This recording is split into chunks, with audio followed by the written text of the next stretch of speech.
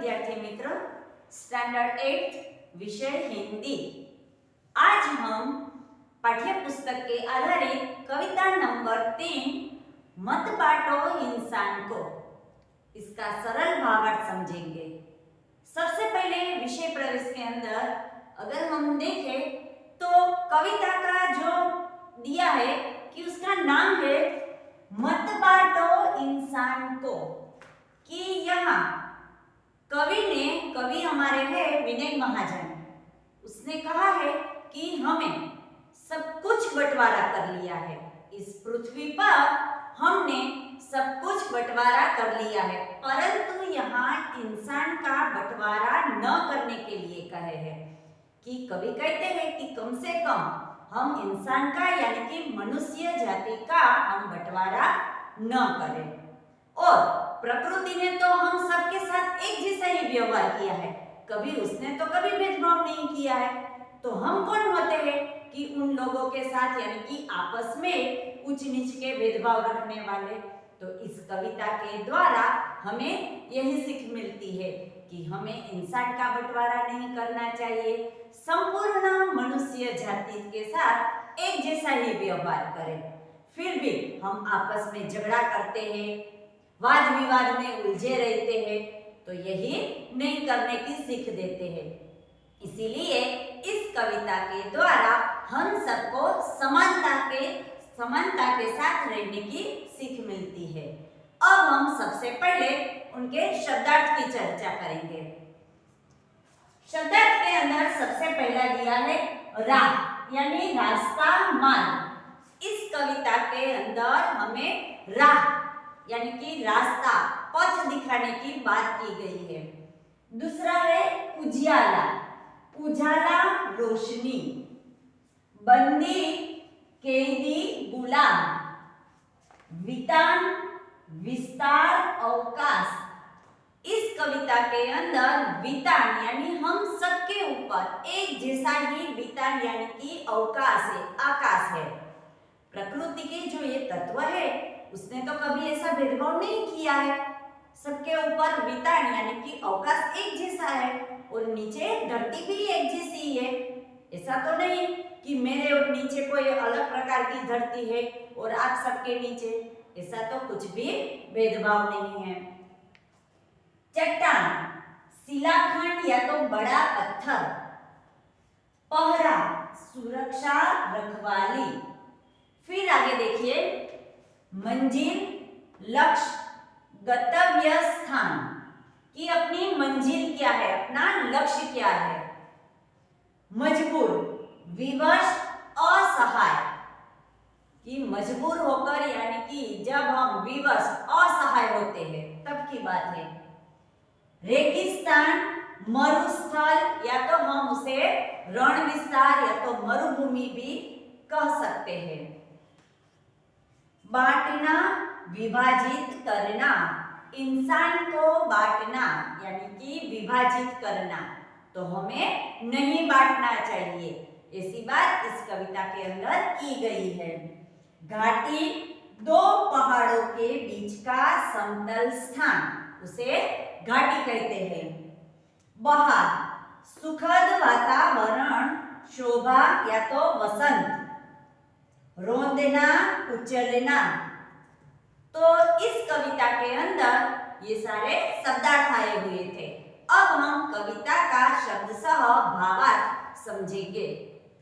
में विनय महाजन ने मनुष्य को मिलजुल कर रहने की प्रेरणा दी है। मनुष्य को किसी की भेदभाव में नहीं और हमें भेदभाव को भुलाकर एकता की दृष्टि से इस संसार को देखना चाहिए। यह प्रकृति भी हमें निरंतर यही उपदेश देती है। इस कविता में एकता, मिलजुल कर रहना और समानता आदि मूल्य समाविष्ट किए गए हैं। मंदिर मस्जिद गिरजाघर ने बांट लिया भगवान को, कि विनय महाजन ने कहा है कि हमने मंदिर मस्जिद और गिरजाघर ने सब कुछ हमने बांट लिया है, यानी कि इस प्रकार हमने ईश्वर का बंटवारा कर लिया है। हिंदू जो है वह मंदिर के अंदर यानी कि अपना पूजा स्थान मंदिर है तो उसी में जाते हैं। मुस्लिम है तो वह मस्जिद के अंदर दर्शन करने के लिए जाते हैं। कहने का मतलब कि अलग अलग धर्म के लोग ने अपने अलग अलग पूजा स्थान बना दिए हैं और उसी प्रकार अपने भगवान का भी बंटवारा कर लिया है। धरती बांटी सागर बांटा, मत बांटो इंसान को, कि हमने धरती भी और बांट ली और सागर भी बांट लिया। कहने का मतलब कि अलग अलग देशों के नाम देकर हमने धरती का बंटवारा कर लिया और सागर के नाम देकर भी हमने सागर का भी बंटवारा कर लिया। कम से कम हमें इंसान का बंटवारा नहीं करना चाहिए। तो इस पंक्ति के द्वारा कवि ने यही सीख दी है कि हमने हिंदू जो है वह मंदिर में जाकर और मुस्लिम जो है वह मस्जिद में जाकर अपने भगवान का उसी प्रकार बंटवारा कर लिया है तो हमें यही बंटवारा नहीं करना चाहिए। अभी राह तो शुरू हुई है, मंजिल बैठी दूर है। तो अभी तो हम समानता के रास्ते पर चलना हमने अभी शुरू किया है कि उसकी मंजिल कि अपना जो लक्ष्य है वो तो काफी दूर है। उजियाला महलों में बंदी हर दीपक मजबूर है, कि अभी जो उजियाला यानी कि जो रोशनी है, प्रकाश है, वो तो महलों के अंदर अभी कैद हुआ है। कहने का मतलब कि जो अमीर है, धनवान है, जो पैसे वाले हैं, उन्हीं के घर में उजियाला यानी कि प्रकाश फैला है। जो गरीब है उसके घर में तो अभी एक छोटा सा दिया जल रहा है। तो इसी प्रकार की उजियाला महलों में बंदी हर दीपक मजबूर है, कि अभी गरीब की झोपड़ी में तो अभी छोटा दिया ही जल रहा है।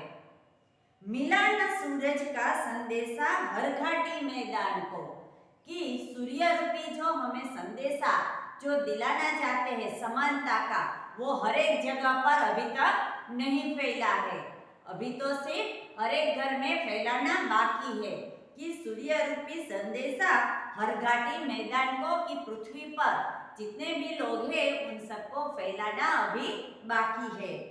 धरती बांटी सागर बांटा, मत बांटो इंसान को, कि हमने धरती और सागर सब कुछ बांट लिया है। कम से कम हमें इंसान का बंटवारा नहीं करना चाहिए। अभी हरी भरी धरती है, ऊपर नील वितान है, कि सबके नीचे देखो धरती हरी भरी है, मेरे ऊपर, मेरे नीचे, आपके नीचे, सबके नीचे धरती जो है वह एक जैसी है और ऊपर जो अवकाश यानी कि आकाश फैला हुआ है वो भी नीले रंग का है। तो कवि ने इस पंक्ति के द्वारा यही समझाना चाहा है कि सबके नीचे धरती भी एक जैसी है और आकाश हम सबके ऊपर एक जैसा है। तो हम कौन होते हैं आपस में बंटवारा करने वाले। पर न प्यार हो तो जग सुना झलता रेगिस्तान, पर आपस में अगर प्यार नहीं है तो ये पूरा जो संसार है, जगत है, वह क्या हो जाएगा, एक जलता हुआ रेगिस्तान यानी कि मरुभूमि हो जाएगा। कहने का मतलब कि एक परिवार के अंदर हम सब रहते हैं, कहने के लिए रहते हैं, पर अगर आपस में प्यार ना हो तो एक दूसरे से नफरत के साथ जीना वो थोड़े ही एक परिवार होता है। कि अगर प्यार है तो ही परिवार है, वरना तो ऐसा लगेगा कि आपस में नफरत के साथ जीना यानी कि जलता हुआ रेगिस्तान बन जाएगा, कि एक दूसरे का मुंह भी हम नहीं देख सकते। इस तरह ही नफरत पैदा हो जाए। इस तरह हमें हर प्यासी चट्टान को प्यार के लिए तरसते हृदय को प्यार का शीतल जल पिलाकर उसे दूर करना है और इस प्रकार हमें उनके अंदर समानता का भाव फैलाना है। अभी प्यार का जल देना है हर प्यासी चट्टान को, धरती बांटी सागर बांटा, मत बांटो इंसान को।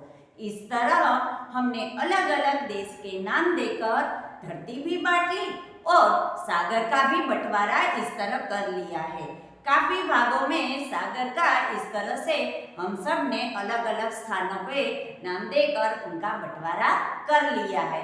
तो यहाँ कवि ने इसी तरह कहा है कि कम से कम हमें इंसान को नहीं बांटना चाहिए।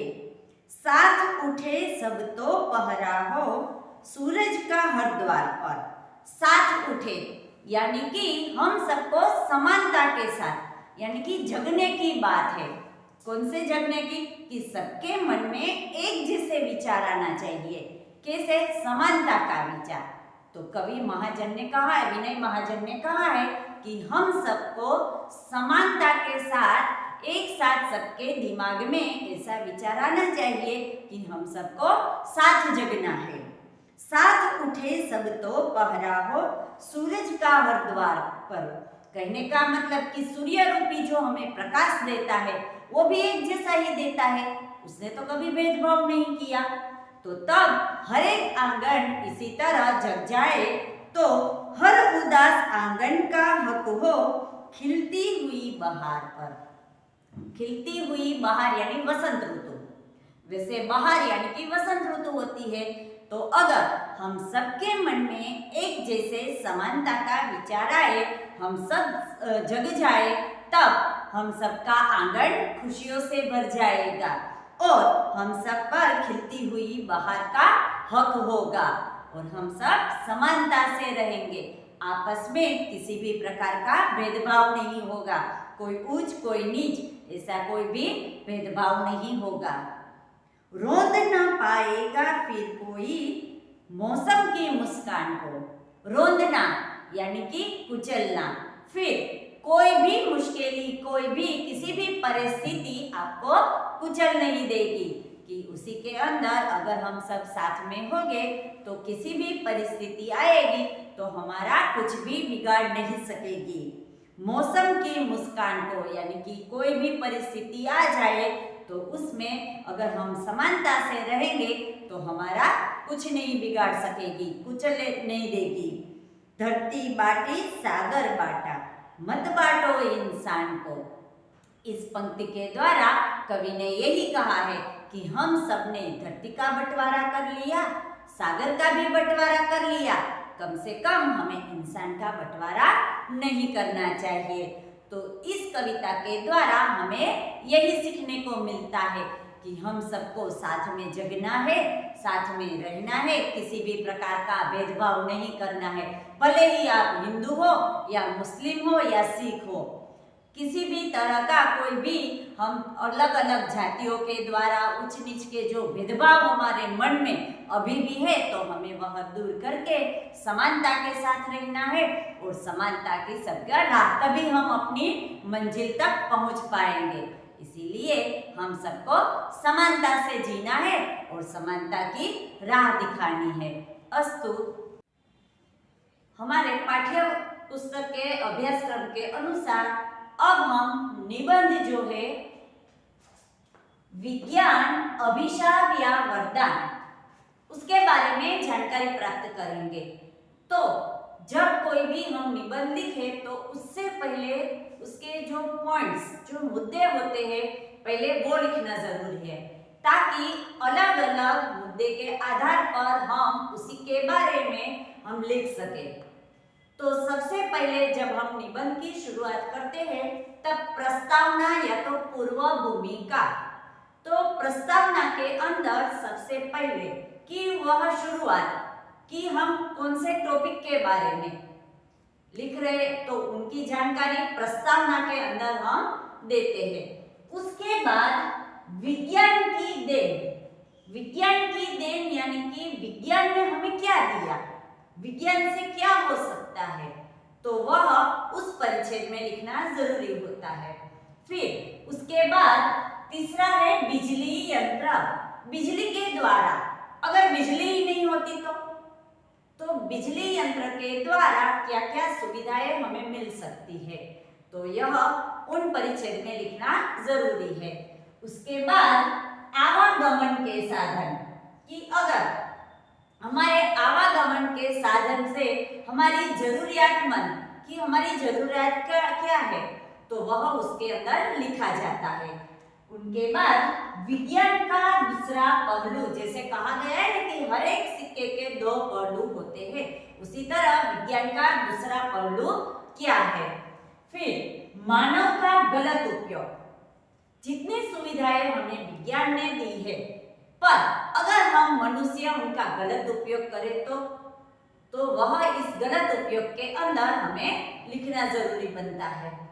फिर नुकसान और उपसहार, उनसे हमें नुकसान क्या होगा। जिस तरह लाभ होता है तो विज्ञान से नुकसान यानी कि उनका गैर लाभ भी होता है।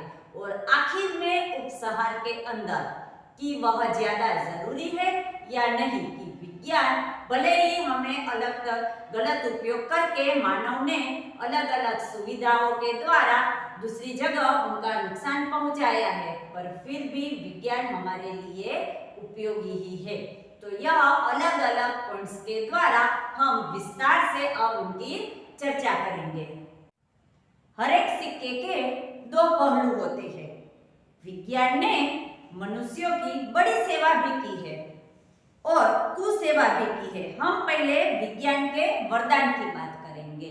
अब जैसे कि हर सिक्के के दो पहलू होते हैं कि विज्ञान ने हमारी सेवा भी की है और उससे कुसेवा भी, यानी कि दोनों तरह लाभ भी है और गैर लाभ भी है। तो सबसे पहले हम विज्ञान के वरदान यानी कि उनके लाभ के बारे में बात करेंगे। हमारी आधुनिकता में विज्ञान का महत्वपूर्ण प्रदान रहा है कि आज के जमाने में विज्ञान सर्वश्रेष्ठ माना गया है। विज्ञान की सबसे बड़ी खोज बिजली की है कि विज्ञान ने अगर किसी की सबसे बड़ी खोज की है तो वह बिजली है। क्या आज आप बिजली के बिना रह सकते हो? अगर कोई हमें प्रश्न पूछे कि क्या आज आप बिजली के बगैर रह सकते हो, तो हम तुरंत ही उस बात के लिए इनकार कर देंगे कि आज बिजली के बगैर हम एक मिनट भी नहीं रह सकते। रेडियो, टेलीविजन, सिनेमा, कैमरा आदि विज्ञान के ही आविष्कार है कि आज जो हमें ये सुख सुविधाएं मिलती है वह सब विज्ञान की देन है। कंप्यूटर भी विज्ञान का अनमोल उपहार है। मोबाइल से आज विश्व हमारे हाथ में समा गया है कि आज ये जो आधुनिकीकरण जो मोबाइल आ गया है तो जल्दी से किसी भी कोने में अगर अपने परिवार का कोई भी सदस्य वहाँ है तो हम उनसे तुरंत ही पल भर में उसके साथ बात कर सकते हैं। तो ये सब विज्ञान की अनमोल देन है। विज्ञान द्वारा चिकित्सा प्रणाली का विकास किया गया है। खेती के आधुनिक साधनों ने तो कमाल ही कर दी है। हर एक क्षेत्र में विज्ञान ही विज्ञान नजर आता है। पृथ्वी के किसी भी कोने में जाओगे तो आपको विज्ञान ही नजर आएगा। खेती के अंदर भी देखो, पहले खुद किसान अपना हल चलाकर वह खेती और बीज उत्पादन करता था, पर आज ट्रैक्टर ऐसे आधुनिकीकरण के द्वारा कम समय में ज्यादा से ज्यादा फसल का उत्पादन करके कम समय में वह ज्यादा मुनाफा ले सकता है। तो वह एक विज्ञान की देन है। रेल, मोटर, स्कूटर, हवाई जहाज, वाहनों से हम दुनिया के हर एक कोने में पहुंच सकते हैं। पहले के जमाने में जैसे घोड़े के द्वारा या तो पैदल चलकर एक गांव से दूसरे गांव जाते थे, पर आज जैसे ही रेल, मोटर, स्कूटर, बस के द्वारा आप पल भर में वहां तक पहुंच सकते हो। विज्ञान ने हमें अनगिनत सुविधाएं दी है। विज्ञान ने भले ही सुख सुविधा के उपकरणों का ढेर खड़ा किया हो, लेकिन उसके हानिकारक प्रयोग भी हुए हैं। अनेक जगह पर बम विस्फोट से कई लोग मर जाते हैं और कई लोग घायल भी होते हैं। कि जिस तरह विज्ञान ने हमें सुख सुविधाएं दी है, पर उसी तरह वह बम विस्फोट के द्वारा कई लोग मर भी गए हैं। तो उसी प्रकार उनका हानिकारक प्रयोग भी हुआ है। साथ में विमान दुर्घटना, रेल दुर्घटना, अनेक लोग मर जाते हैं। बिजली के करंट से भी लोग मर गए हैं। जैसे बिजली सबसे ज्यादा हमारे लिए जरूरी है, उसी तरह उनका अगर करंट लग जाए तो हम मृत्यु भी हो सकती है, हमारी मृत्यु भी हो सकती है। जितने भी ज्यादा सुविधाएं बढ़ती जाती है उतना अधिक नुकसान होता है। जितनी ज्यादा सुविधाएं उतना नुकसान भी ज्यादा होता है। टीवी के द्वारा कि अगर युवा पीढ़ी के अंदर अच्छे कार्यक्रम देखे जाए तो ठीक है, पर उनके मन मस्तिष्क पर बुरा असर भी हो सकता है। फोन, मोबाइल अनेक युवतियों की छेड़छाड़, कई दवाएं और उनके शरीर पर विपरीत असर भी करती है कि अगर मोबाइल का गलत उपयोग करके हम स्त्रियों को यानी कि युवा जो है युवतियों की छेड़खानी का भी अलग अलग हमने किस्से सुने हैं। साथ में कई दवाएं भी शरीर पर विपरीत असर करती है। ज्यादा दवा खाने से वह हमारे शरीर को नुकसान पहुंचाती है। विज्ञान के द्वारा बनाई गई रासायनिक खाद ने भूमि का उपजाऊपन घटा दिया है।